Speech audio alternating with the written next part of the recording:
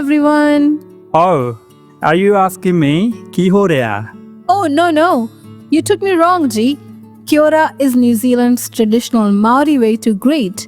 And similarly, I would say it definitely matches with a Punjabi way of saying ki ho raha. But see, the bhav is the same. Greetings. Oh, I see. Kia ora, Sant Nirankari. Sant Nirankari, Varun ji. My name is Pooja and I am your host for this episode. Varun ji, allow me to welcome our listeners and panelists to this month's Soul Vibes episode, where we will talk and learn the art. Oh, wait. What? The art. Are we going to learn something about music or dance or what kind of art, Pooja ji? Hanji Varun ji, the art of letting go. Oh, that's great. Varun ji, as we all might have experienced that in today's era, the race of not achieving what we wanted is super fueled in our brains. And this race takes us to a state where we keep holding on to things, resulting in unwanted and unusable pile of energy and thoughts. I can remind myself a quote, let go or be dragged. Absolutely true, Ji. And Varun ji, we find ourselves in a situation where our focus gets shredded and spread in multiple directions, and we are not ready to face any uncertainty as we keep half-baked thoughts. It becomes so difficult to understand and accept new things. And you know what? We don't enjoy them as they come, but in fact, we curse them. Also, we try to deal with the unseen according to the always occupied brain. And I think that's where it gets complicated. Isn't it just like solving a new mathematical equation with an outdated formula that no longer applies to it? Rather than learning new formula, we keep cursing that the given old formula is incorrect. Definitely, you got it, Varun ji, you got it. And you know what? In our podcast today, we have brought great minds from different stages and ages who face various challenges in their everyday lives. We will listen to them and hear how true Master's teachings have set them free from the suffocating noise and created magical surroundings. We will learn how do they welcome the uncertainties of this beautiful life and accept the will of God. Of course, Varun ji, as you said, without bringing the old formulas. I am sure, Pooja ji, it is going to be interesting to hear.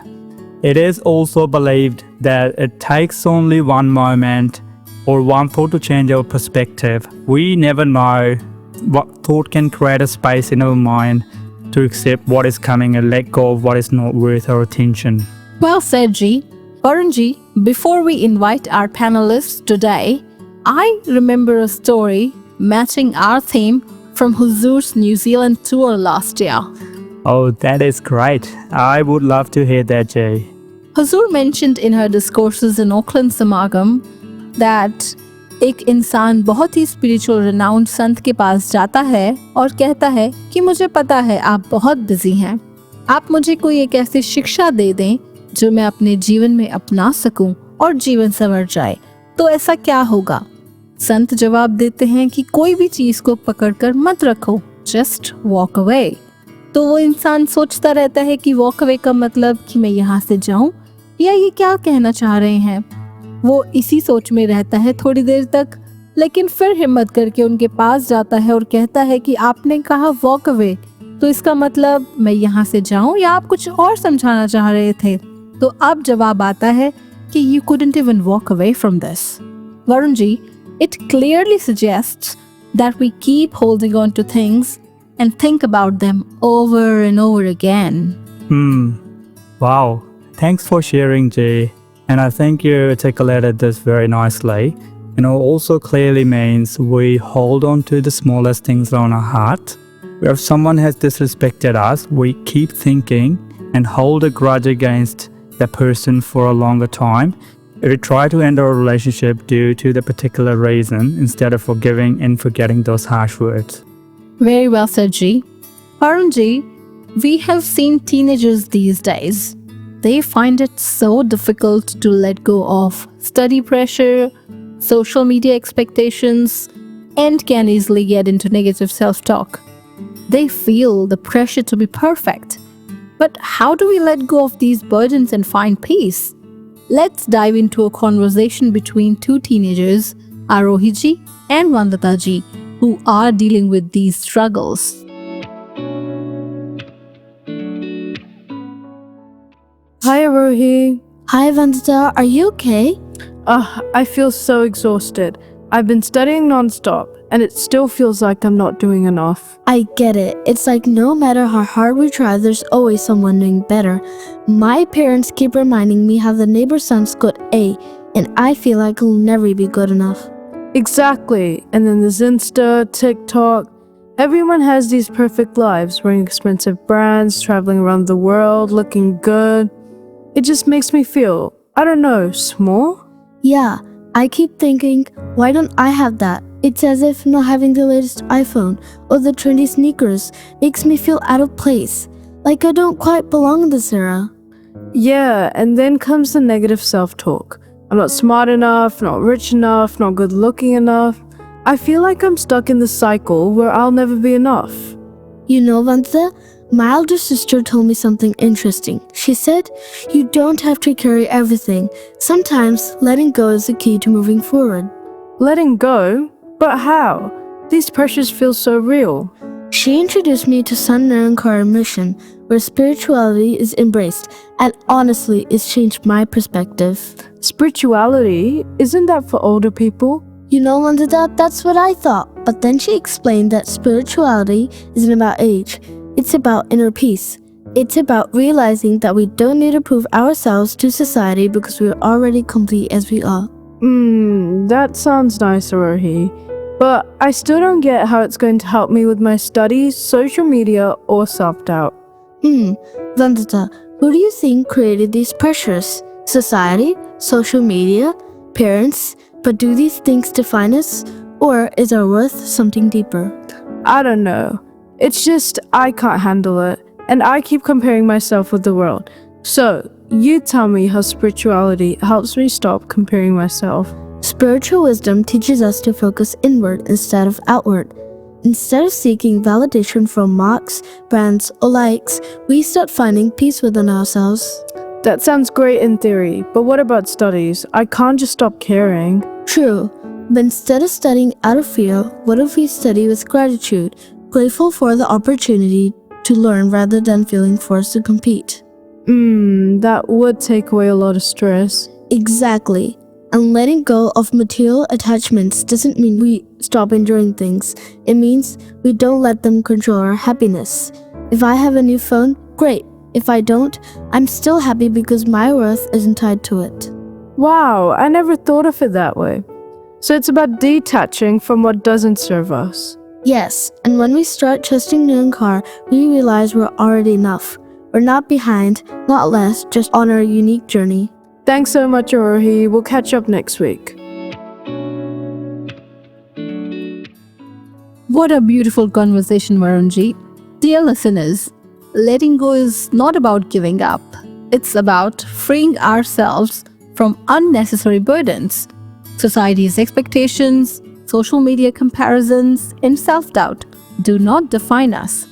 When we surrender our worries to Nirankar, we gain a sense of peace that no external achievement can give.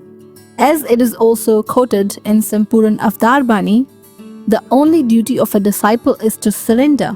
Avtar says it is the true master's job to fill the empty bowl.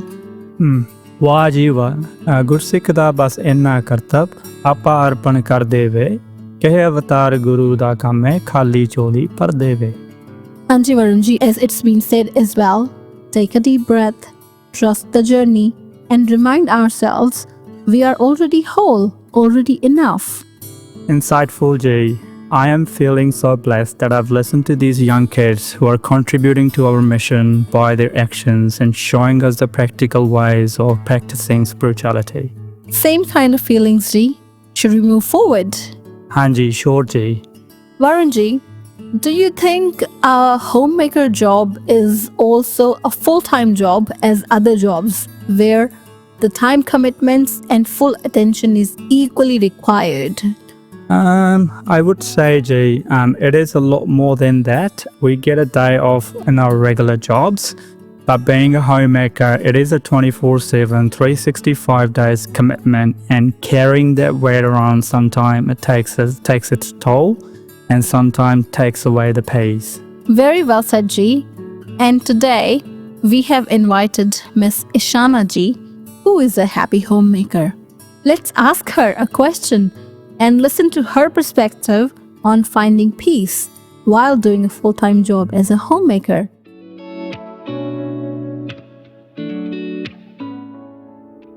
Nanankar ji, Ishana ji. Nirankari ji, Pooja ji, Nirankari ji, Varun ji. Ishana ji, we have seen you always smiling, at peace, which is absolutely a misery these days for anyone requiring full-on commitment, as we all know, all day, every day. How do you free yourself from daily arguments? Are not these everyday hustles and repetitive tasks bothering your peace? Our listeners would love to hear from your experience, Ji. You're right, Ji. Being a homemaker often means we're balancing many roles: cook, caretaker, organizer, and sometimes emotional support for others. Being a responsible family member, it is important for me to practice empathy and try to understand the perspective of other family members to help reduce conflicts. Yes, Ishana ji. And that is exactly what I meant when I mentioned the word commitments. Hanji, and another important thing is, I would say, listen actively and show my family that I value their feelings. Hence, it creates a more harmonious atmosphere and ultimately brings happiness for everyone. I will also use the word altruism. Being altruistic means selflessly caring for others and often putting their needs before your own without expecting anything in return. That's great. Hats off to you, Ji. Altruism. I'm really feeling emotional and positive after listening to how hard it can be. But I believe with the right direction in best practices, it becomes favorable. Bilkul ji.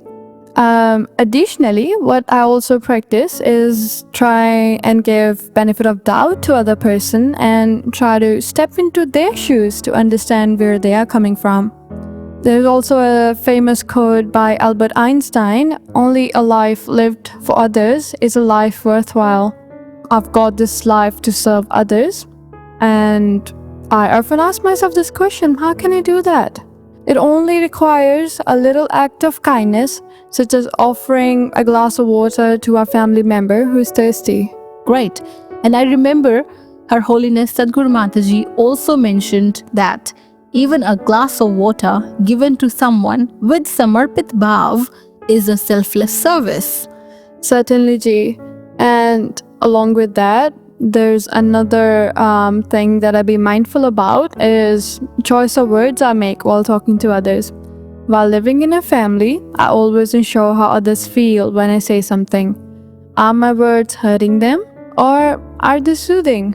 It is quoted in Sampuran Hardev Bani, "Koi बांस का तीर बना के किसी को घायल करता है और कोई बांसुरी बना के बांस में सुर को भरता है." I make an effort to be mindful of my speech by taking a moment to think before responding, which helps me maintain inner peace and also share it with others. Instead of feeling the need to react to situations that don't go my way, I choose to let go and respond with a smile. Thank you so much, Ishana ji. Your thoughts and experience are really thought-provoking and have made me introspect. Mapusho, whatever I've shared today, Ji, are the teachings of my Sadguru, which emphasize on treating the other person with respect because they emerge from the same source and Nirankar dwells in them too. Great point, Ji, and thanks for connecting with us here, Ji. And we hope our listeners can also relate to the feelings you have shared, and we all have learned how we can help others with a positive attitude. Dhanyankar. Thank you for having me here, Ji. Dhanankar ji.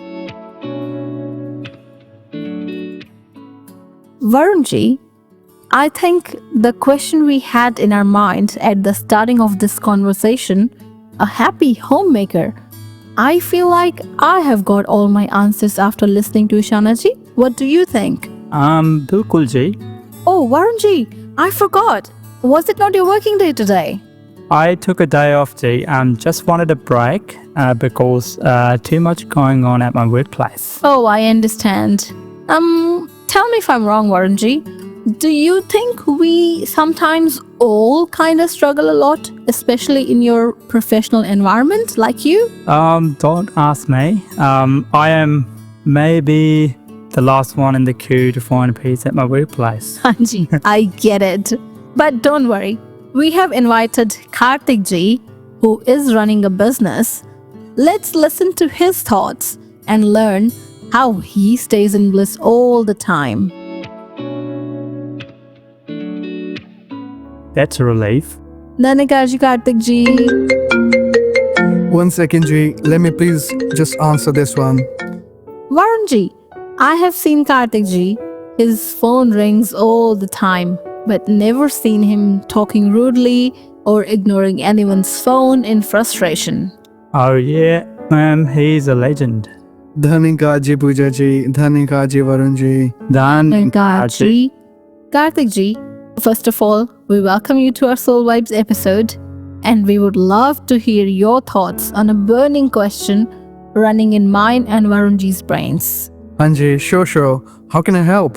Karthik ji, in your day-to-day life, you may come across many conflicts. Sometimes you may have different opinions with your partners or colleagues. However, I believe you do not end the professional relationship, but adjust and live with the situation by letting go of unpleasant thoughts so that the professional relationship does not get awkward. We would love to hear your thoughts on how you navigate challenges and difficult transitions in your professional environment. Pooja ji, in any professional environment, conflict is actually natural. We all have different opinions, experiences, and approaches to problem solving. However, how we handle these differences determines our success, both personally and professionally. Correct, Ji. And I believe Satguru's teachings and love leads us to handle these differences, isn't it? Yes, Bilkul ji. I practice a teaching that has profoundly influenced me is the idea of detachment from negativity. True Master teaches that holding on to resentment is actually like carrying a burden. It only weighs us down. At my workplace, I focus on responding rather than reacting. When faced with disagreements, I take a step back, breathe, and assess the situation with a calm mind. This helps me engage in conversations with clarity rather than defensiveness. That's actually a great point. Responding rather than reacting. Karthik ji, do you have any real life examples of how you have not let your ego come in front? Well, absolutely, Jay. A while ago, I had a major disagreement with my business partner over a strategic decision. We both had actually strong opinions, and emotions were running high. Instead of letting the conflict escalate, I applied the principle of self-awareness and empathy. I reminded myself that he was not against me. He just had a different perspective, you know? Wow, that's very strong of you, Ji. Impressive. Yes, and then I listened to him carefully without interrupting, which helped me understand his reasons. And once I acknowledged his concerns, I could share my thoughts easily. So we found a solution that worked for both of us, which helped our partnership grow significantly. That's a wonderful example, Karthik ji. Turn conflict into collaboration. Many people struggle with letting go because they feel like their perspective is being overlooked. So, how can one balance standing up for their beliefs while also maintaining harmony? Well, that's also a great question, to be honest. Letting go does not mean suppressing our voice. It just means expressing ourselves in a way that fosters understanding rather than division. One of Sadhguru's teachings I apply is saying beyond the self. So that means acknowledging that my perspective is just one among many and that there's always something to learn from others. That is quite, I would say, balance. GG. And to balance both, I mostly try to focus on communicating mindfully and speak with intention, not impulse. And I choose words that promote dialogue, not conflict. And secondly, I try to listen with compassion and I try to be fully present when others speak without planning a counter argument in my head. That's beautifully put, Karthik ji. It is so inspiring to see how spiritual wisdom can be applied in business settings too. Before we conclude, what advice would you give to professionals struggling with workplace conflicts, Karthik ji? Well, again, my advice would be, first, do not see conflicts as threats. See them as opportunities to grow. Let go of the need to always be right and just instead focus on what will bring the best long-term outcome.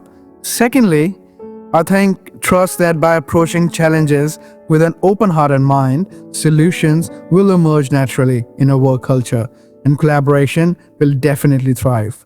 Sadhguru teaches us that when we let go of resistance, we allow life to flow. The same applies to business as well. That's truly insightful, Karthik ji. Thank you for sharing your wisdom with us today, and I'm sure our listeners, including both of us, have also gained valuable perspectives on navigating challenges with grace. Thank you so much, Ji. It's been such a pleasure discussing such an important topic. Dhanyakar ji. Dhanyakar ji, Karthik ji. Have a great rest of your day. Varun ji, it made my day. Really, it made my day. I feel I'm so blessed and inclusive after listening to all our panelists today. What say? Likewise, Jay. Before we take a leave, how about if we just quickly encapsulate the wisdom we heard from all? I was just about to say that, Ji. Pooja ji, you know, when we were listening to our younger teenagers, I could really feel the pressure teen carry in their day-to-day activities. Hanji, and at the same time, Varunji, I was so pleased. Remember when Arohi ji convinced Vandita ji to come to congregation?